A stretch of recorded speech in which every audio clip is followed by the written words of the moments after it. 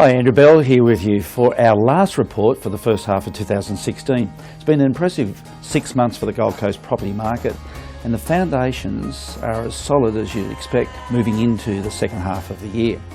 Obviously, there's been a lot of debate regarding the issue of negative gearing. I see the Taxation Office has recently released figures showing that the value of rental losses claimed is actually falling and rental profits declared are rising. The cost of the federal budget of negative gearing rental property deductions has fallen 12.5% and is the lowest level in 4 years because of the record low interest rates. A big benefit, of course, through those lower interest rates is significantly lower claims for deductions. A record 776,672 taxpayers earned a net profit from their investments in properties in the fiscal year to 2014, which was an increase of 44,000 from the year before.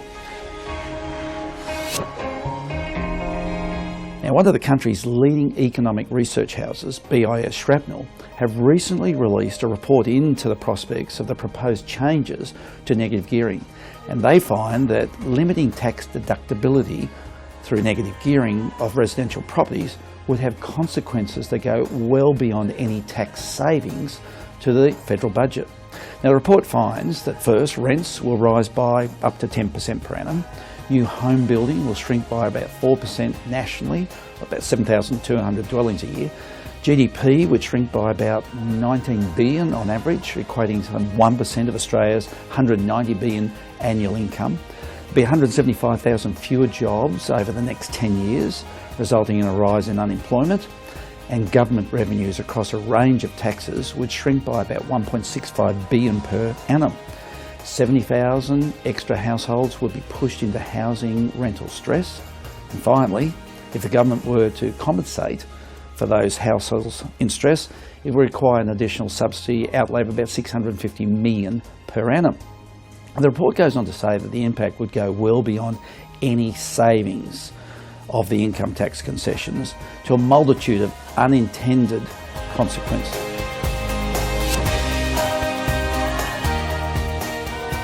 It just seems to me that with an economy that is as fragile as ours is at present, this is not the time to be taking a gamble on such a key platform to Australia's greatest asset, property.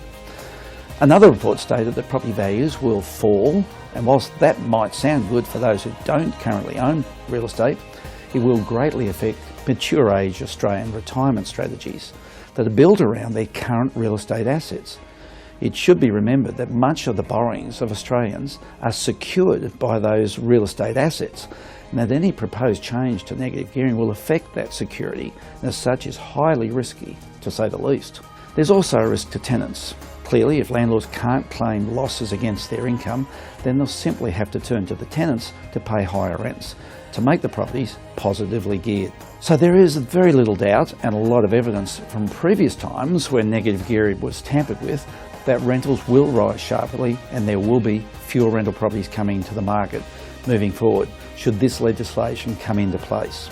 As I've said, I don't feel the timing now is right, and we should be incentivising all Australians to provide for their own retirement so they won't be a burden on future budgets by way of pensions.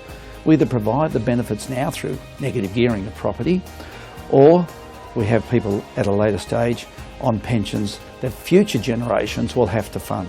I know it's a very contentious issue, and of course nobody knows in advance exactly what's going to happen, but the last time changes were made, there was a lot of evidence to say that we should not be tampering with this again.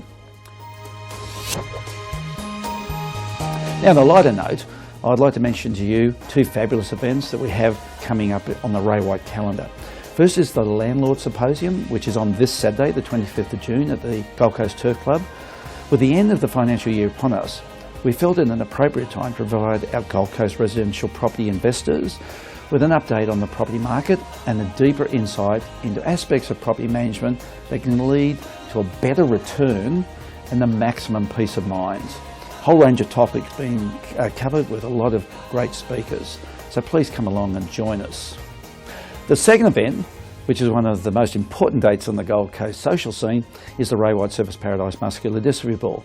This year the ball has been revamped to be bigger and better than ever, with a new venue at the recently renovated Jupiter's Casino on Saturday the 3rd of September. Tickets are on sale now, and details of Selena Carson's and her contact details are on screen now. That's for both the Landlord Symposium and for the ball. We're selling tables very, very quickly already, so please get in early, make your booking. It'd be a fabulous night. We'd love to see you. Well, that's it for now. I'll be back with you in July. Stay safe till then, and all the best.